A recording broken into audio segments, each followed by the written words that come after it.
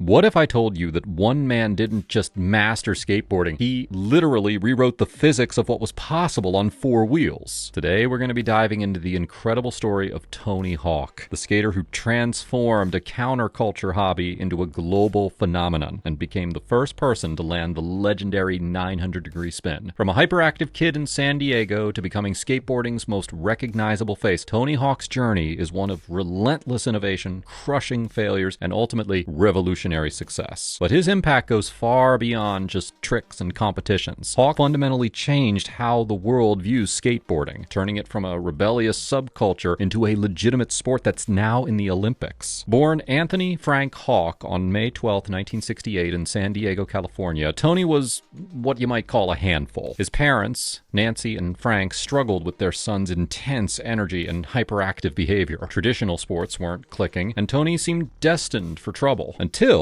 his older brother Steve introduced him to something that would change everything: a skateboard. At just 9 years old, Tony stepped onto his first board, and it was like watching a key find its lock. The hyperactivity that made him a challenge in school suddenly became his greatest asset. While other kids were learning to ride bikes, Tony was obsessing over every aspect of skateboarding, studying the physics, practicing for hours, and pushing the boundaries of what seemed possible. His natural talent was undeniable, but what set Tony apart wasn't just ability, it was his analytical approach to skating. He treated every trick like a puzzle to solve, breaking down the mechanics and physics until he could execute moves that seemed impossible to others. By age 12, he was already turning heads in the local skate scene. The timing was perfect. This was the late 1970s, and skateboarding was experiencing its second wave of popularity. Vert skating, riding in empty swimming pools and purpose-built ramps, was becoming the cutting edge of the sport. Tony found his calling in these concrete bowls, where his fearless approach and innovative mindset could truly shine. At just 14 years old, Tony Hawk turned professional, making him one of the youngest professional skateboarders in history. This wasn't just about talent, it was about vision. While other skaters were content to master existing tricks, Tony was inventing new ones. His professional debut came at a time when skateboarding was still very much an underground movement. Prize money was minimal, sponsorship deals were basic, and most people viewed skaters as delinquents rather than athletes. But Tony saw potential where others saw problems. The 1980s became Tony's laboratory. He pioneered tricks that are now fundamental to vert skating: the airwalk, the 720-degree spin, the kickflip McTwist. Each innovation built upon the last, and Tony's competitive record reflected this relentless progress. He dominated the National Skateboarding Association World Championships for 12 consecutive years, a record that speaks not just to his skill, but to his ability to continuously evolve. But success wasn't guaranteed. The late 1980s saw skateboarding's popularity crash. Competitions dried up, sponsors pulled out, and many professional skaters were forced to find other careers. Tony could have walked away. Instead, he doubled down, continuing to innovate and perfect his craft even when there seemed to be no future in the sport. This period taught him something crucial. Skateboarding's value wasn't just in its commercial success, but in its ability to inspire creativity and push human limits. While others waited for the industry to recover, Tony was preparing for its transformation. June 27, 1999, the X Games in San Francisco. After 11 attempts that ended in spectacular crashes, 31-year-old Tony Hawk finally landed the trick that had become skateboarding's holy grail: the 900-degree spin. 2.5 rotations in the air before landing back on the ramp. It was a moment that transcended skateboarding. But the 900 wasn't just about the trick itself. It was about what it represented. For over a decade, the 900 existed in theory. Skaters knew that it was mathematically possible, but the physical and mental demands seemed insurmountable. Tony spent years working toward this moment, failing repeatedly, getting injured, but never giving up. The crowd at the X Games that night understood that they were witnessing history. When Tony finally stuck the landing, the explosion of cheers wasn't just for a successful trick, it was for human potential realized. The 900 became skateboarding's equivalent of breaking the sound barrier. What made this achievement even more remarkable was Tony's age. At 31, he was considered ancient in skateboarding years. Most professional skaters peak in their teens or early 20s, but Tony's analytical approach to the sport, combined with his incredible physical conditioning and mental toughness, allowed him to achieve his greatest triumph when others would have long retired. The 900 also marked a turning point for skateboarding's mainstream acceptance. Here was undeniable proof that skateboarding demanded the same athleticism, dedication, and skill as any traditional sport. Tony hadn't just landed a trick, he had landed skateboarding in the mainstream consciousness. Now, while Tony was revolutionizing skateboarding, skateboarding on the ramps, he was equally innovative in the business world. In 1999, the same year that he landed the 900, Activision released Tony Hawk's Pro Skater for the PlayStation. The game was an instant phenomenon, selling millions of copies and introducing skateboarding to a generation who might never step foot in a skate park. But Tony's business acumen went far beyond just lending his name to a video game. He understood that skateboarding's future lay not just in competition, but in its cultural influence. The Tony Hawk brand became synonymous with authenticity, innovation, and pushing boundaries, values that resonated far beyond the skating community. His company, Birdhouse Skateboards, became a launching pad for new talent. The Tony Hawk Foundation, later renamed the Skate Park Project, focused on creating skate parks in underserved communities, understanding that access to safe skating spaces was crucial for the sport's growth. Meanwhile, the video game franchise continued to expand, with each iteration introducing more realistic physics, better graphics, and deeper gameplay. These games didn't just entertain, they educated. Players learned about different skateboarding styles, tricks, and culture. For many, the games were their first introduction to skate culture, punk rock music, and the DIY ethos that defined skateboarding. Tony also leveraged media appearances, from TV shows to documentaries, always presenting skateboarding in a positive light. He became skating's ambassador, translating its rebellious energy into something that parents could understand and support. This wasn't selling out, it was strategic evolution. Tony Hawk's influence on skateboarding extends far beyond any single trick or business venture. He fundamentally changed how tricks are conceived, practiced, and executed. His analytical approach introduced scientific methodology to what was previously pure intuition and experimentation. Consider his approach to the 900. While other skaters relied on feel and instinct, Tony broke the trick down into components: the approach speed, the takeoff angle, the timing of the grab, the rotation speed, the release point, and the landing preparation. This systematic approach allowed him to make consistent progress rather than just relying on random success. This methodology influenced an entire generation of skaters. Modern skateboarding's emphasis on progression, documentation, and technical analysis can be traced directly to Tony's influence. Today's skaters routinely film their attempts, analyze slow-motion footage, and approach new tricks with the same scientific rigor that Tony pioneered. But perhaps Tony's greatest innovation was proving that skateboarding could be a lifelong pursuit. His longevity in the sport, he was still competing and innovating well into his 40s and continues skating in his 50s, shattered the myth that skateboarding was only for teenagers. This opened doors for adult participation and helped establish skateboarding as a legitimate athletic discipline. The Tony Hawk didn't just master skateboarding, he transformed it from a niche subculture into a global phenomenon that influences fashion, music, art, and youth culture worldwide. His story demonstrates that true innovation comes not from following trends, but from having the vision to see potential where others see problems. From a hyperactive 9-year-old in San Diego, to landing the impossible 900, to building a business empire that spans decades, Tony Hawk has proved that with enough dedication, analytical thinking, and a willingness to fail, you can literally redefine what is possible. Today, millions of people worldwide skateboard, and skateboarding is recognized as an Olympic sport. Countless careers have been built in the skateboarding industry, and the culture that Tony helped mainstream continues to influence creativity and innovation across multiple industries. But perhaps most importantly, Tony Hawk showed us that age, convention, and impossible are just words. With enough persistence and the right approach, you can achieve things that others said couldn't be done. In a world that often tells us to grow up and conform, Tony Hawk spent his career proving that the best innovations come from those who are brave enough to keep pushing boundaries. The kid who couldn't sit still in school grew up to rewrite the laws of physics, one revolution at a time.